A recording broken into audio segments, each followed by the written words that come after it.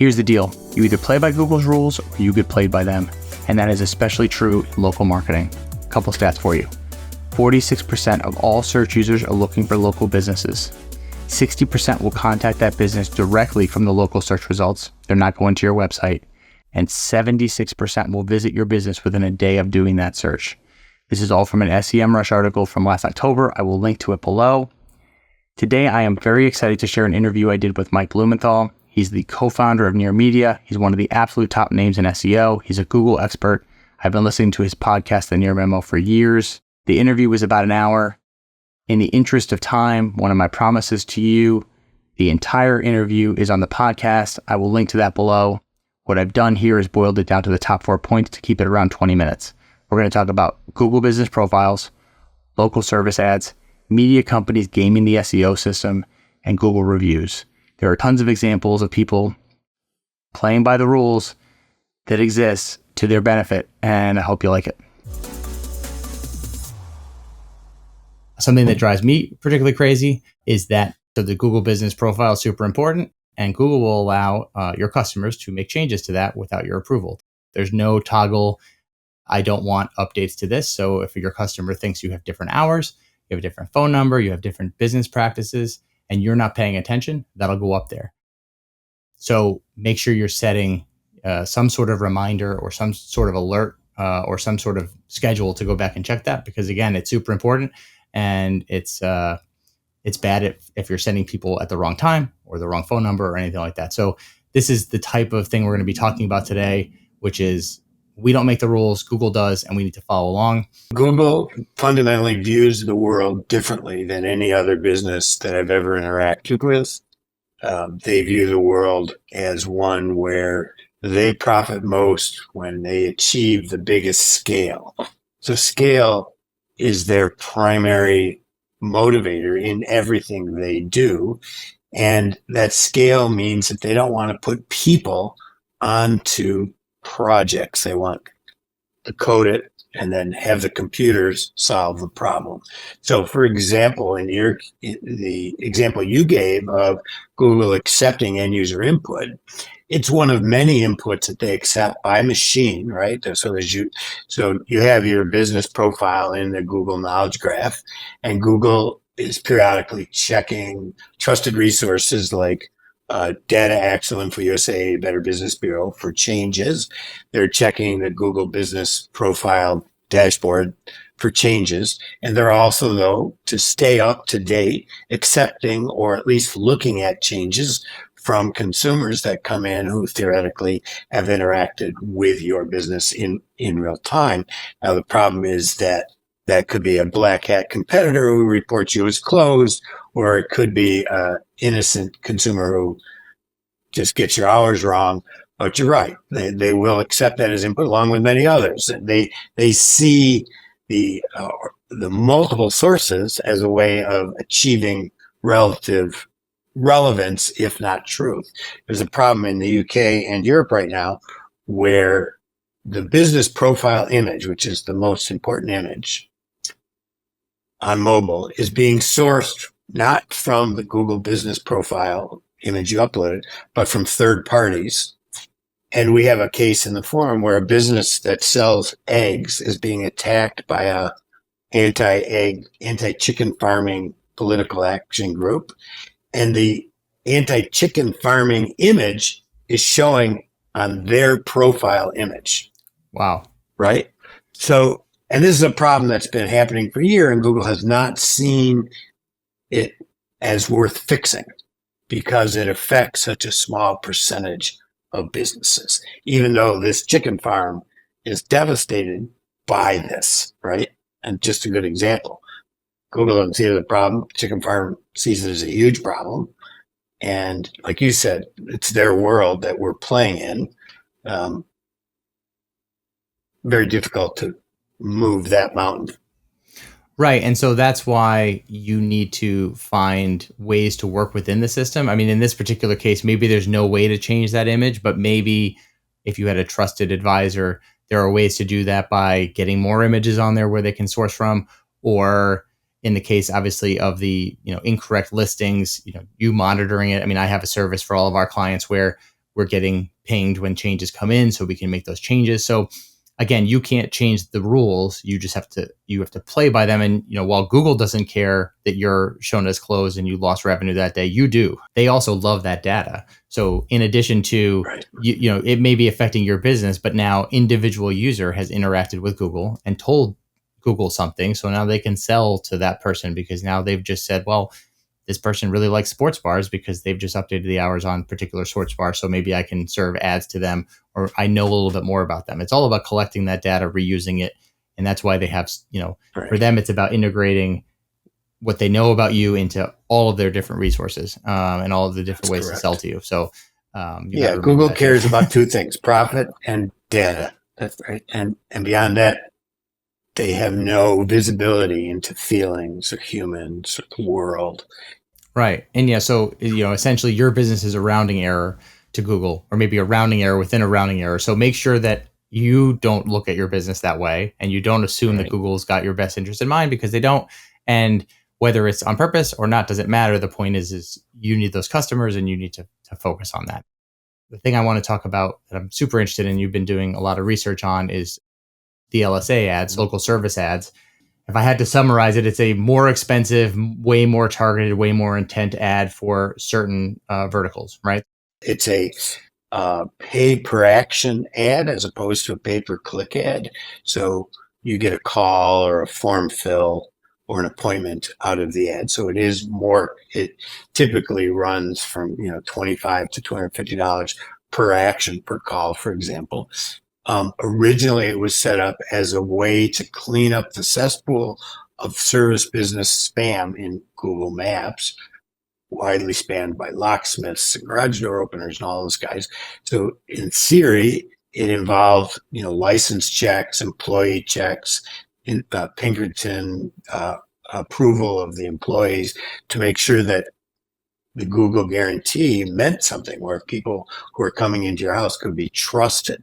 So that was the original intent of it. Over the years, while the Google guarantee remains, the intent has largely been eroded, and many of those protections and inspections of the business have fallen by the wayside.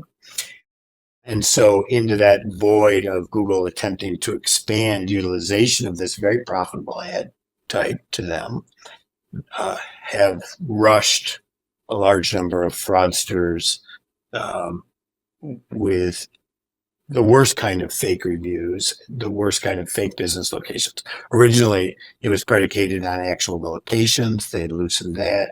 Originally, it was predicated on verified reviews, that somebody actually did business with this company. They loosened that. Originally, it was predicated on specific reviews from a specific location with GMB. They loosened that. And what we were seeing a couple months ago was there are companies that were creating fake local service ad listings, associating those with a state park that had, say, 5,000 reviews. The reviews would flow into the local service ad and show 5,000, 4.8 or 4.9 stars. Then the business that created the listing would sell that listing to a local entrepreneur. The entrepreneur would then go to some groups and find subcontractors. So leads would flow at whatever the price was, say $50. They would then sell that lead to a local subcontractor. But there's a bigger scam going on that I would contend, even beyond the specifics of some deceit within LSA. And that is that we do consumer behavior search research at Near Media. So what we do is we set up panels of searchers, we give them a problem, and we watch how they behave. So in the legal space, where service ads are now, local service ads are available. When local service ads weren't present, what we saw was 55% of the users clicked on an organic because it was a life-impacting decision. We set up a scenario where they had a problem at work, needed an employment lawyer. In that case, people want really trustworthy people, and they typically will go to the website for that. So 55% of the people went to the website. 45% used the local as a way of making a decision. But when local service ads were present and had these extra levels of guarantees and review stars and certifications, people would then migrate very heavily. Almost half of the users from local would migrate to the local service ads, and probably 10 or 20% of the organic users would migrate to them. So instead of a 55-45 split, what we saw was 1/3 organic, 1/3 local, and 1/3 local service ads. So at the highest level, what Google is doing here, which is they are manipulating the visuals on the page in such a way that people are heavily attracted to them and use them for conversions, and thus are converting a large percentage of local to pay for play. What they've done then is they've taken approximately 20% of users out of visiting your website and sending them directly to, again, like you said, some Google form or a direct call for a major life decision. Usually if a lawyer's involved, it's big. If you if you pay an extra few $100s for someone to do some service on your house, you lost a few $100 and that's it. But the wrong representation could have much bigger impact. And by profiling it as that they've done the vetting for you, they've now given you a peace of mind that maybe is not correct. So we talked a couple weeks ago when I reached out to see if you'd come on the show. I presented an issue had been irking me, and I will say that my view of it has changed a lot since we spoke last time. It was sort of my issue of contention with Google that I've now come to see from a different light. So I'll key it up for everybody. We have a couple clients, and they were approached by local media companies to be listed on their best of website, sort of under the guise of a newspaper magazine website. And it's, basically a list of 4 or 5 paid best ofs. None of them are actually by voting, but they are presented in a way that showcases them actually as, there was some actual input here other than paying every month, which is the current system. And, I didn't have any real objection to the clients doing it because, hey, again, we're playing this game. You want to get attention. In this particular case, it's kind of a guaranteed first page listing. And anecdotally, after the fact, our other search listings have moved up. We were on the first page, but lower up. And so this paid listing, by having that organic traffic that's actually paid traffic, helped move that up. So we have our paid listing, we have our actual listing that we have been working on and continue to work on. It's driving traffic to the website and it's working, but it just, on its base level, bothered me that Google created a system that could be played so easily by media companies because, again, they're a trusted source by Google because they are a media company, they're a news company. And so their content is going to rise higher. They have, millions and millions of words versus thousands of words on our website. And they have, their backlink profiles are insane. And so they by virtue of that have a better chance. There's no, we can't compete with that. Well, they leverage that for their own digital marketing, right? And I think one of the things that I pointed out to you was that they've taken it on the chin a lot as well, right? As Google stole all their ad revenue, basically aggregated all eyeballs in the world and started selling ads for pennies on the dollar, and they became potentially at best a reseller of Google ads, which is no place to be. They developed an alternative system, which, again, I don't know in the end whether there are actual conversions from that placement. I do think it does help your organic results. I think it helps your local results that your businesses are listed on those pages. What I don't know is whether there are actual conversions from those specific listings. And from where I sit, everything should be viewed from that sort of hard-nosed perspective.